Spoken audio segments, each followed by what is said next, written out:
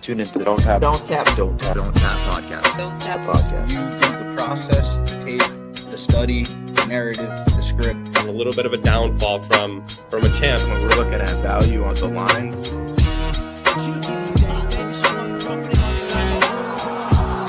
That definitely, I think, in some of the handicappers I talked to, has influenced the gambling line. Appreciate that. I'm sorry what I'm gonna have to do to you in this little matchup we got. Thank you. I was going to say, okay, enough niceties. Let's dig in. He can pressure in the first, and he can pressure in the second, and pressure in the third. I'm Gentleman Josh Hill. I'm Aaron Jeffrey. I'm Johnson. I'm Mike Malott. I'm Rocking on Stop. Tune into Donttap Donttap podcast. Donttap Podcast. I'm Johnson. Follow me on Twitter.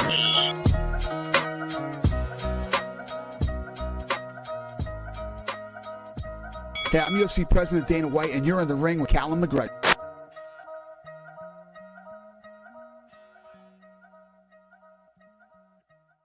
Donttap podcast. We are back again. Billy Briz, I know that you had a pretty solid weekend. I know that I got blown up. Talked to you about that online a little bit. Last week was rough because putting your eggs into one basket sometimes doesn't make sense. So having two plays on one guy doesn't make sense. And guess what I'm going to do this week? I'm going to do it again, but we'll talk about it later. The spots this week, I would say be careful. This is one of those cards that's sort of a hardcore card. This has a card with some of the matchups. It could be a barn burner.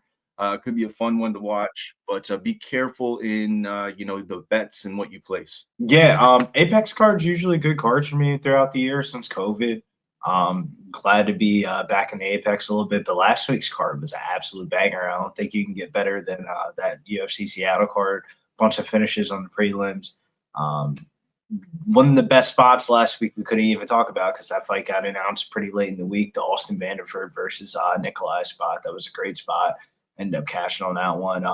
Rolling in here in the month of February. Hit that too. I was on that. I figured he was going to ragdoll him, and it was going to either be a potential arm triangle, like it almost happened, and then or elbows. So he gets shit on for being starched early, but yeah, he has the pedigree. Yeah, I mean, he gets shit off for being Mr. Van Zandt, but I mean, when he's fighting at the right weight class, he looks really good at welterweight compared to middleweight. But I mean, he's fought the who's who in Bellator, so it's one of those type of model plays end up coming through. But glad to get into this Apex card. Manel Kape, one of my favorite fighters, and Asu Almabaev, one of the fighters I've been cashing on since he's signed over to the UFC in the last couple of years. So glad to dig in. All right, and with that good little good segue right into let's hit it up. Go round one. Yeah, round one for me this week, we're going to go back to the prop section. If it's not broke, let's not fix it right quick. We're going to go with the left-handed god. His hand is going to break this time. We're going to go Danny Barlow by knockout here. We'll see where the odds come out for this one, but it's probably going to be a little bit juicy. In this matchup versus Sam Patterson, this is going to be your typical striker versus grappler matchup. But I don't think Patterson's going to be able to get his ground game going. Kind of leaves his head on the center line too much. Very hittable. I think Danny Barlow is going to knock him out. This screams like a knockout of the night here. I would have to agree. I went back and forth. Like I was looking, is there going to be value on Barlow by KO, Patterson by submission? But then I thought if he does win, maybe it's a decision. But then it's like, why am I fading Barlow so hard? I know that he had one piss poor performance. But the likelihood is if you look at matchups, they make fights. And although Patterson has had a little bit of a swing in the right direction, he leaves his chin up. His height's there to get hit. His stand-up's not all that great when he fights a guy who's going to press him back and pressure him. So although, we may see Barlow fade again in this fight, it could happen. I just don't know if I see it though, man. I think that you're on the right side with this one. I think that not only are you on the right side with this one, I think that you're right with attacking this from just a KO prop standpoint. Don't try to go into time props or do anything else with this, a parlay or whatever else. Just attack the KO and call it a day. So I like it. Good play for your first one. I will run right into my first play of the day, and I really wanted to look at the main event just as a way because I knew we might talk about it. And I found my way to Manel Kape pretty easily. Although Almabaev it's not really a short notice. A lot of guys are saying that right now. It's short notice in the sense that opponent switch twice. He's been on this card. So is Kape's, obviously, with going up against Royval initially. So the breakdown in this fight really is going to come down to what do you feel is going to happen on the feet? I asked that question first, and most people are going to tell me that Manel Kape's probably going to land big shots on Almabaev and hurt him up pretty bad. Even when Almabaev, shoots on takedowns, he's going to get elbows. Constantly, Kape is going to land big shots. If we look at Kape's last couple fights, guys I hear mentioning already that Kape gets taken down a lot. He's been taken down a lot. His takedown defense isn't all that great. Well, let's look at Almabaev first, and then I'll talk about Kape. His last 4 fights, he's averaged 5 takedowns a fight. In one of his fights, he actually got 9 takedowns in the fight.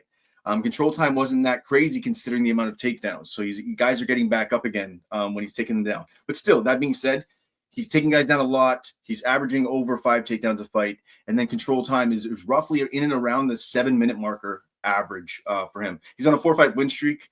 And, really it's wrestle or bust for him in this one. If he doesn't get this to the ground, he's in a lot of trouble. And I think he does a couple times for sure in this fight. Kape coming in with a 77% takedown defense. And a lot of people are shitting on him for his takedowns. And then they're like, well, what's the takedown defense? And break it down for me. So, we'll look at it like this. Almabaev, he went 3 for 8 against Kape. And so Almabaev went 3 for 8 with Kape, and then he had 2 minutes and 11 seconds of control time.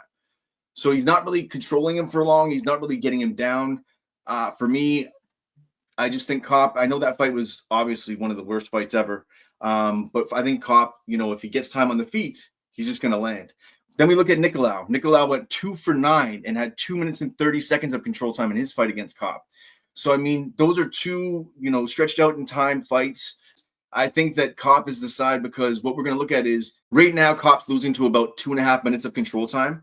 So even if Almabaev were to double that, he now still has time to be on the feet to land big shots. He's still going to have his time, because it's only going to be 5 minutes. He's going to have 10 minutes to land big shots on the feet. So if you're telling me there's 10 minutes for Kape on the feet, the line is where it's supposed to be. The line makes sense to me. Kape's a parlay piece. I think he's just going to land and have his day. He probably will get taken down 2 or 3 times, but he's going to get back up again. He's going to land big shots. He's full of piss and vinegar. The guy's just, that's a nice way to say it. He wants that belt. He wants to get to the top. So for me, I like where he's at right now. Through all of that, a little bit of a diatribe, a little bit of a mishmash, but the reality of the fact is Kape is the guy. Kape has the numbers to prove that he can get back to his feet and land. So that is the side for me. Manel Kape over your boy Almabaev. But yet I get it. He has been a cash cow for me, but I think this is where the buck stops. Yeah, I don't blame you. I'm on the Kape side here as well. Kape's one of my favorite fighters in the division. But we got to see how this line ends up shaping out. A lot of early sharp action here coming in on Almabaev. Lines came down from plus 220 down to plus 200. So you get a better line on Kape. Kape's one of those fighters I always say I got to wait for him to hit the scales before I want to put money on him first.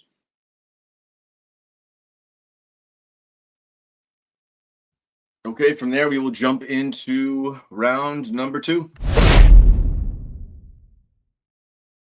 Yeah, round 2 for me.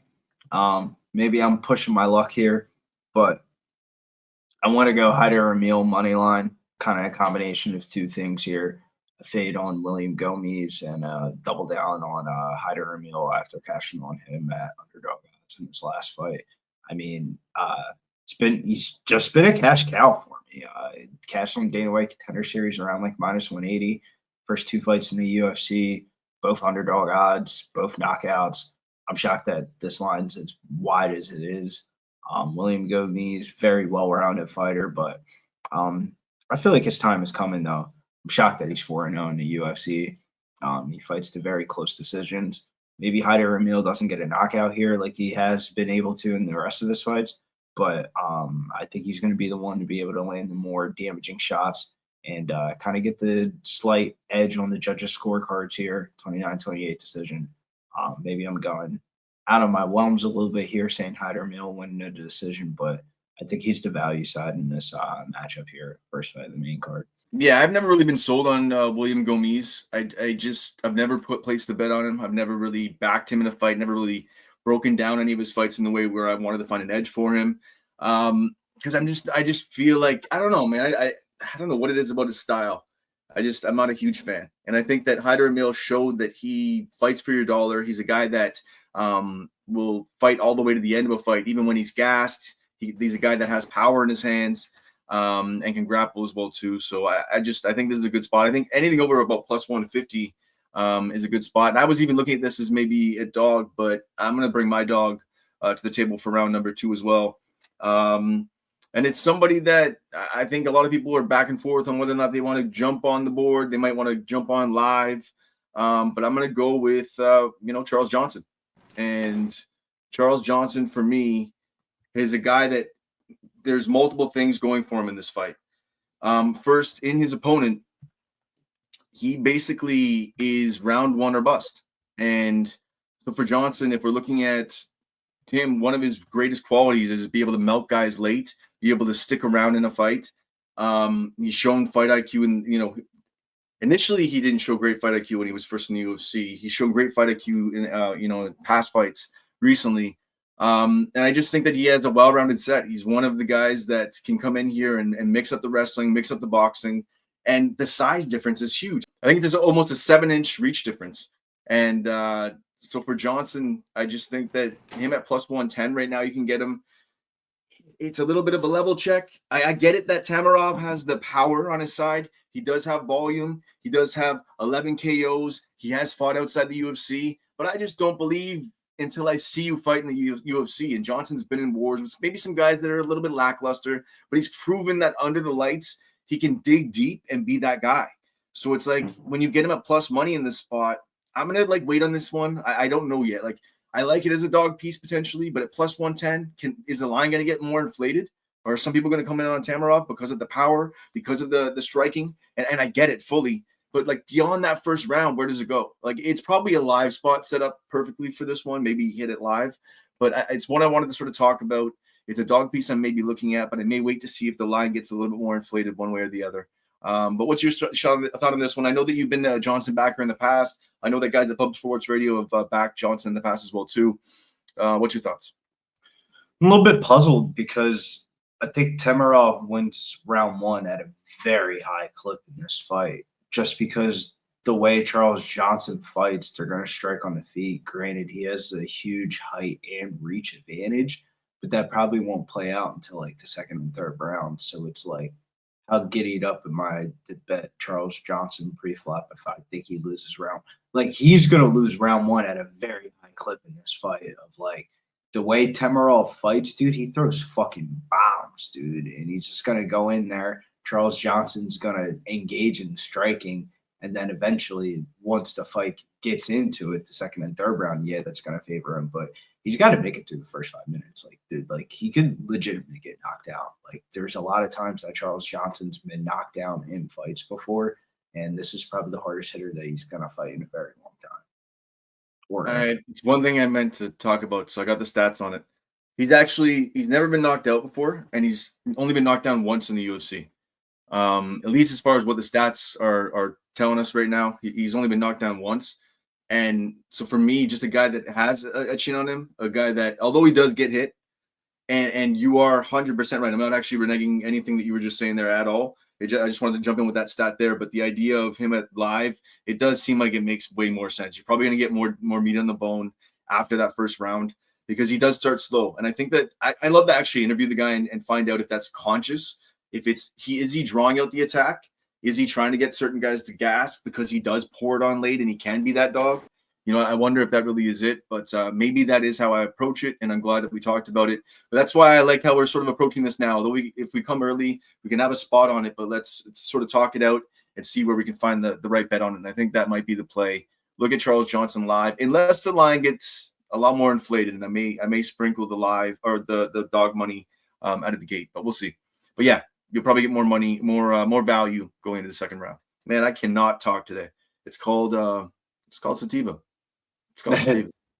I mean, maybe Charles Johnson by decision probably plus 275. Yeah, I mean, I thought about maybe getting into that, but I think honestly, man, instead of doing that, I think live is probably the best avenue for sure. Let's take a look at round number 3.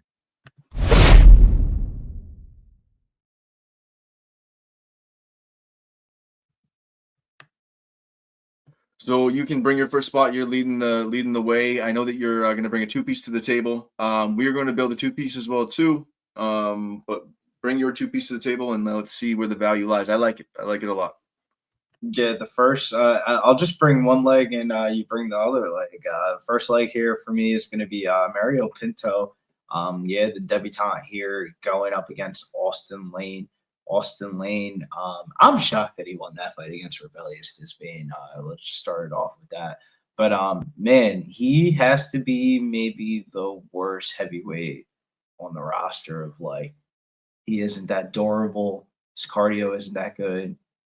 And he has like half decent wrestling. That's the only reason why he's probably still signed to the promotion because heavyweights can't wrestle. Pinto has, I think, good enough takedown defense to defend these takedowns. Some of his tape is like, but I think this line's going to swell up. Let's just say that. It's at 350 now. I think this line closes at like minus 600 once people run it. He's going to end up knocking out Austin Lane within the first 2 rounds. Manel Kape brought him over to America to Extreme Couture, get him some real rounds here in America ahead of this fight. You could see him on his Instagram, stuff like that. So, a little Portugal tag team parlay. Yeah, I know. Well, you initially did have a 2-piece, but it also has one of the pieces that I was going to bring to the table. So rather than us give out 2-piece parlays, let's just do the one. You're right. In round 3, we'll just make your round the actual parlay for the Donttap podcast. I'm going to go with Manel Kape, and I couldn't find any other way not to get there. I just think there's going to be a wrestler that can't get full enough control and or submit him and or get him out of there on the ground. And if he doesn't, there's going to be enough time on the feet where Manel Kape's going to go. And I don't think there's going to be a case where is he going to throw punches? Is he going to do this? Is he going to do that? Is he not going to be the guy who's ready? He's ready, dude. He's had enough. He's full of fire right now. So I like Manel Kape as a parlay piece. I said I wasn't going to double down, but I doubled down. I'm going to give you my round 3 play. And I was looking at this line. Friends don't let friends bet on Cody Brundage. And I was looking at this line and I was thinking, this line's wrong. First off, Cody Brundage shouldn't be the dog in this, even though all the craziness that's happened with his fights, giving up on the stool, going out in the Malkoun fight with the illegal blows to the back of the head, the no contest in the Razak Al-Hassan fight. I get all the craziness with it, but he's more active than Marquez, who looks honestly nowadays like he's just collecting a paycheck. If you watch him after his KO losses, he gets up almost like, okay, cool, let's go. I'm gonna head on over to my old coach's house and we go hang out. And if you know who his old coach was, you know what I'm talking about. So he just looks like he's collecting a paycheck, man. And the guy doesn't really have much of I don't say chin, but he doesn't take punches well. He doesn't like get punched. So if he's collecting a paycheck, and I know I'm going on a bit of a narrative, but go back and watch his last couple losses. It's like he packs up the bags. It's not like Cody where he mentally checks out or he messes up or he has a bad emotional moment in the cage. It's literally Marquez packs up and goes. But here's the thing. I can't do it. I can't pull the trigger on it. I don't even know where. I don't even care where the line goes. I'm not going on Brundage. I can't go on Marquez. But I did dig in and find a line I like. So let me give you some numbers and tell me what you think about this. Brundage, 10 of his 16 fights have ended in the first round. First, right? Marquez, 8 of his 14 fights have ended in under 1.5. This is going to be a hammer spot for me.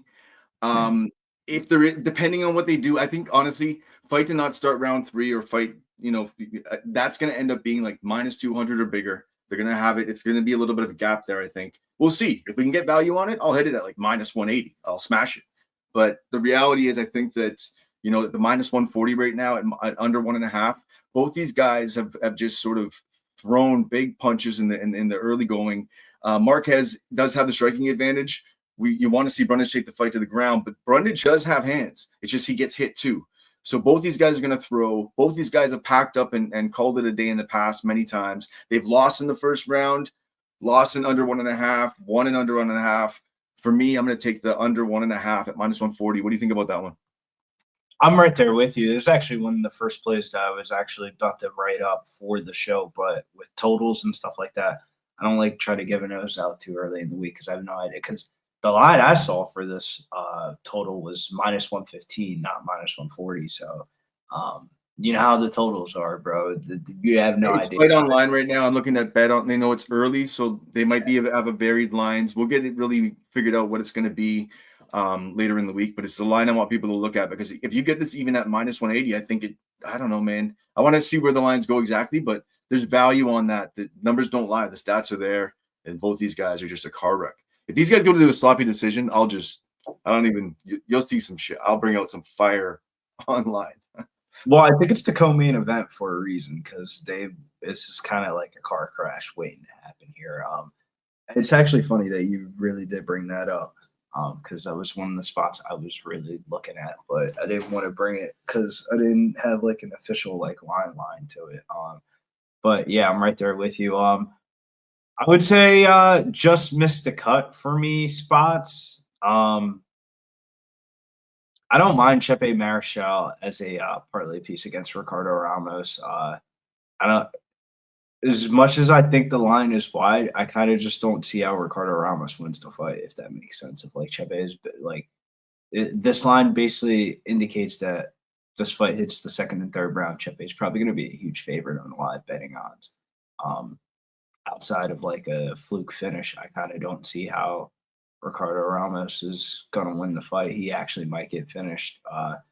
4 out of 5 of his losses in the UFC have came inside the distance for them in the opening round. This kind of screams like a Chepe Marichal round 2-3 knockout. And then the other one that I was looking at, chick fights. I like Montana De La Rosa a little bit against Luana Carolina. Kind of want to see where the line goes, but I don't think the striking advantage is going to be that crazy of like a difference of like Luana Carolina is going to have the range advantage, but I think Montana De La Rosa might actually just have the power advantage. Little bit of betting bias. Montana's going to get to that wrestling. I think if she gets to that wrestling, it's going to be a wrap. And if she gets to wrestling, it could definitely be a wrap. Like, so short dog odds there.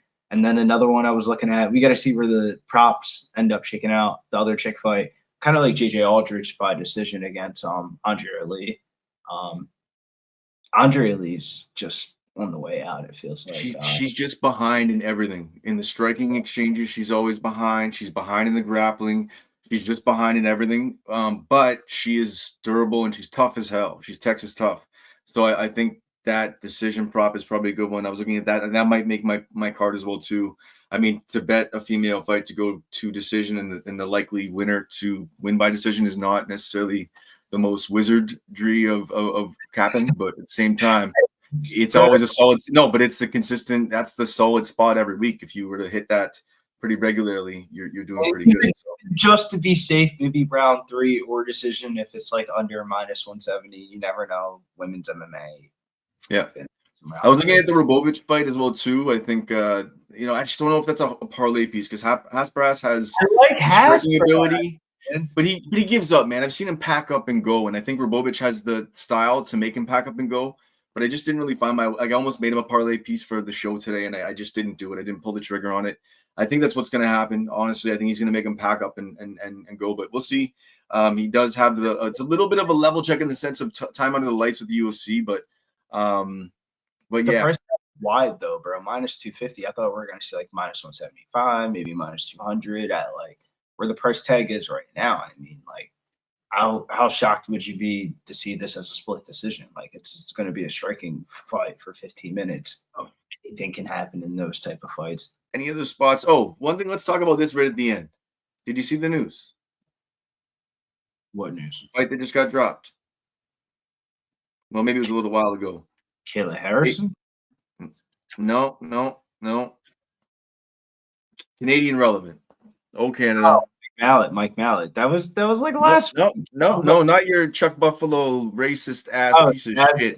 It's already calling every Canadian crazy stuff.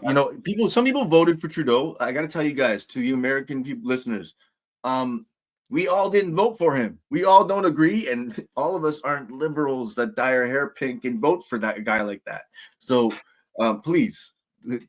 Anyways, regardless, you didn't see the Jasmine news? Yeah, I did. I just said it. Jasmine Jasovicic versus Jessica Andrade. It's going to be a banger. Yes, sir. What do you think about that one? that matchup. I mean, Andrade, The price the issue for her has been an aggressive wrestler that gets to the wrestling. I wonder what the price tag is because the paying up for Jasmine Jasovicius at minus 250 and above is just like, God damn, man, they're killing. Yeah, I mean, you won't be able to. That's where like she's getting up to a level check, right? She's getting up to some girls that are former, Not even getting to like an unbettable price tag of like there isn't a whole lot of girls in the division that I'm trying to be betting on ranked fights at minus 250 or above. Like Is the line out yet? Nah, but I can. What you said is definitely the narrative of the fight, though. Like, if she was minus, I don't think Jazz is gonna have to. I think she's gonna be able to march through a little bit of the power and the shots.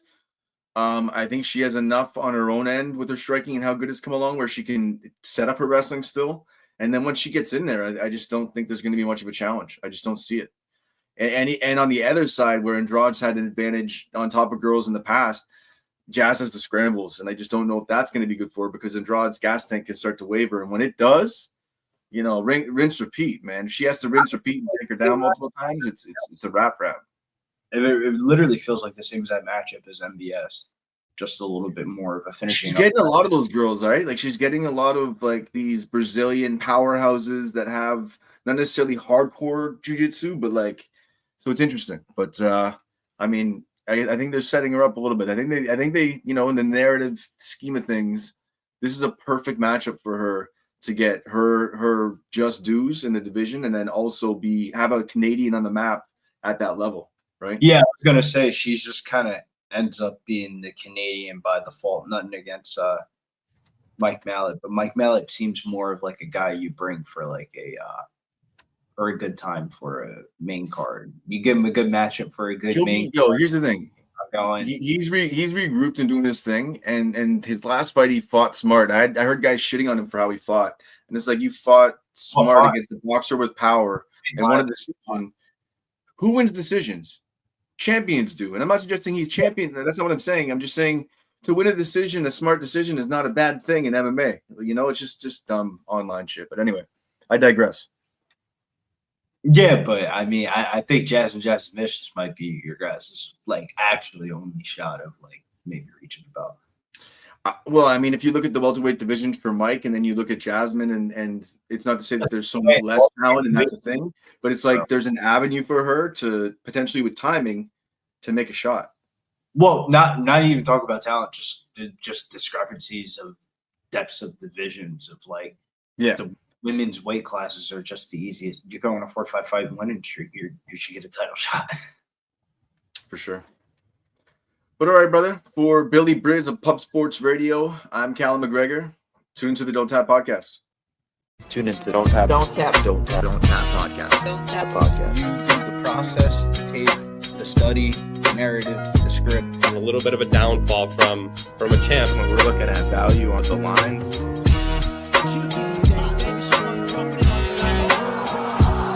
That definitely, I think, in some of the handicappers I talked to, has influenced the gambling line.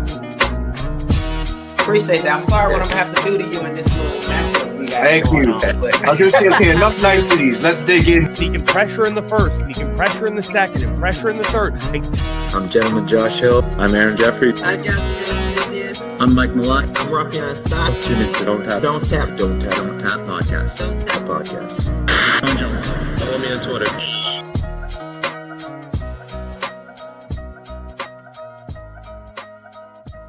Hey, I'm UFC President Dana White, and you're in the ring with Callum McGregor.